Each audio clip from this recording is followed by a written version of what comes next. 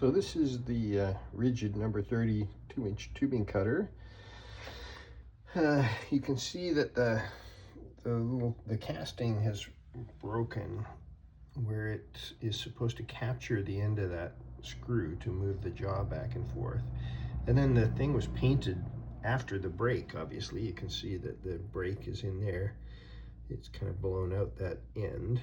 I don't know how you do that because there's really shouldn't be any pressure when pulling the jaw open, so hard to see how that happened, but whatever. And then someone painted it afterwards, which I don't quite understand, but anyway, there it is. So we're going to take the jaw off and we'll see if we can figure out a way to fix this.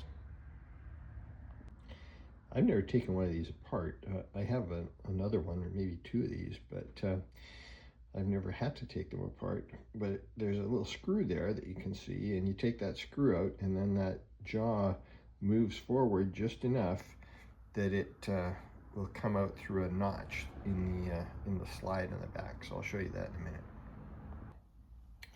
All right, so I've taken that screw out, and then you slide this thing forward, and then off it comes. There's a little notch in the bottom that goes into that notch, and when you allow it to slide forward, then you can pull it out over that right out of there. Kind of clever, actually.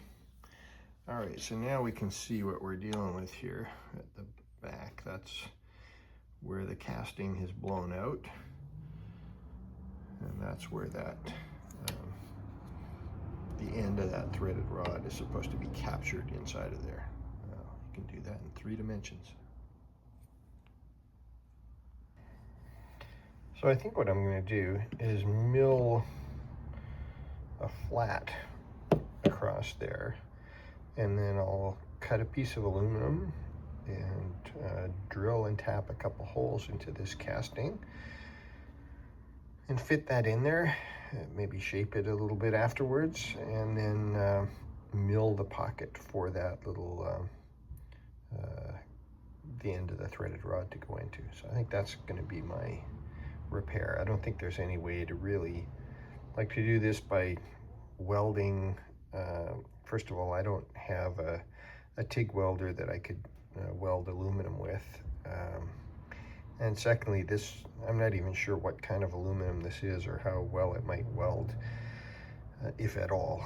So I think a mechanical repair is probably my best option. And there's really no load on it. It's just to pull the jaw back as you unscrew the knob. So I don't see that there's much load on it. It just has to be able to take the sliding friction of that thing moving along. So it's really no load at all. Okay, so I'm over here at the milling machine, and I've got set up with a 3/8 end mill, and I'm just going to mill a flat across here so that I can then cut a piece of aluminum that I can sit down in there, and then I'm going to drill and tap a couple holes, and then we'll machine out that little piece, fit it in there, and then just do some finishing to contour it. Well, apologies, I had it set up. I did the milling, but I forgot to turn the camera on. So the milling is done. What I've done is just milled a flat here. The dimensions are not critical. I'll cut a piece of aluminum that will fit that afterwards. I've cut it down to just above where that break starts, which is when I had it together. That's about the thickness of the little boss that's on the end of the threaded rod there. So that should be about right. So now we'll take it off. I'll make a piece of aluminum, or cut a piece of aluminum that will fit that. We'll drill and tap a couple holes and then move on from there. All right, I'm back at the bench here. I have a piece of aluminum. It's well, it looks like 3/16 aluminum. This is the pocket I've milled out. So I've just measured that. I'm going to cut a piece off here, cut it down to size. I'll do that over at the bandsaw, and then I'll come back.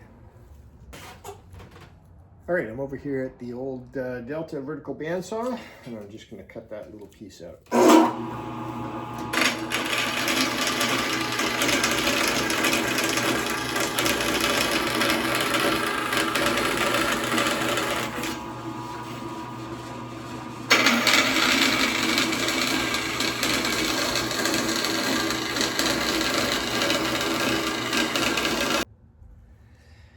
All right, so I've laid out for 3 holes here, through holes.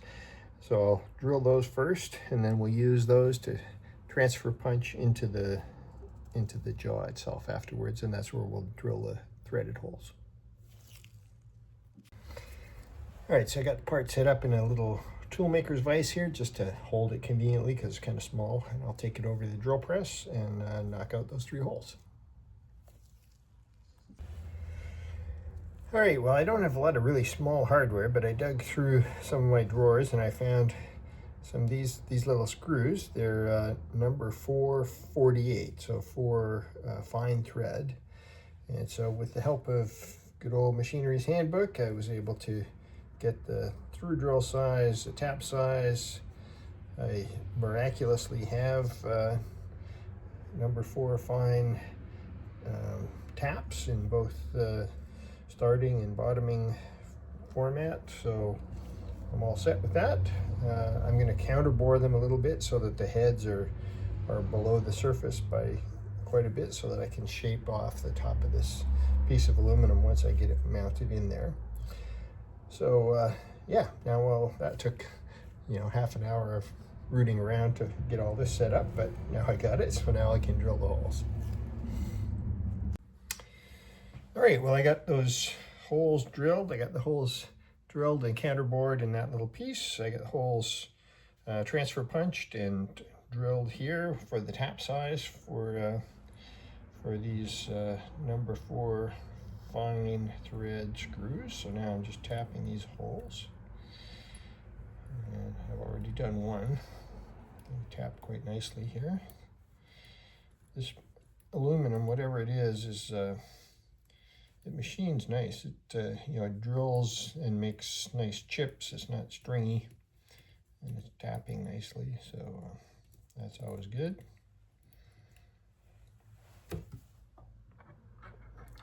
Again, using my favorite A9 tapping fluid. I use that whenever I'm doing anything in aluminum. I find it works really well. These small taps, you always got to be careful with, so I'm supporting it with my thumbs here to keep it straight up and down, and to keep it, you know, to prevent me from moving the top, because these things have only one mission in life, and that is to break off in the hole.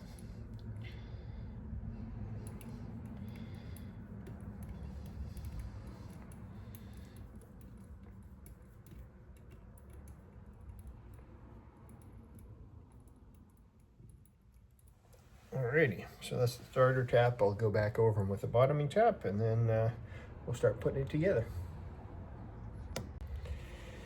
Alright, well, there we have it. I've got the screws in. I used a little red Loctite on them, so I'm going to just leave that to cure for a little bit, and then we'll mount it back in the milling machine, and we'll mill out the pocket for this this little boss on the end of the threaded rod. Let me see if I can get that to where you can see it. So that little boss goes in there. All right, so I've milled the pocket in here and test fitted it. It all seems to fit well. So now I'm ready to start doing a little shaping. I've got an old black diamond file here. It's a very coarse file, and it's a type that is specifically made for aluminum. So we'll give that a try. I'm just going to shape this off. I'm not sure if I'll be able to get it all the way down to the contours of the original, but I'll just give it a try. So we'll see what we can do.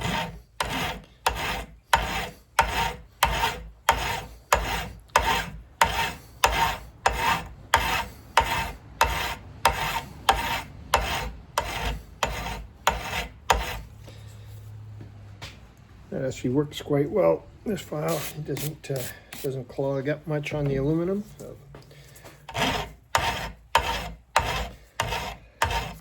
This is going to be boring as heck, so I'll stop the video now and come back a little later.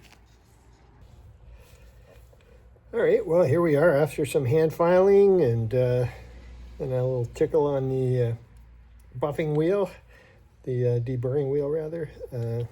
This is what I got. I think it looks all right. I mean, obviously it's a repair. There's no way to make this thing look like it was factory new, but I think that'll do the trick. And now we just slide it in place here. He says, making it sound easy. There we go. And there we have it. Fully functional. Ready to go to work. Anyway, whoops. Hope you enjoyed that little repair job. I always kind of like doing these things. This was free. A friend of mine gave this to me. And yeah, now it's ready to be used, which I always like. Thanks for watching. See you all next time.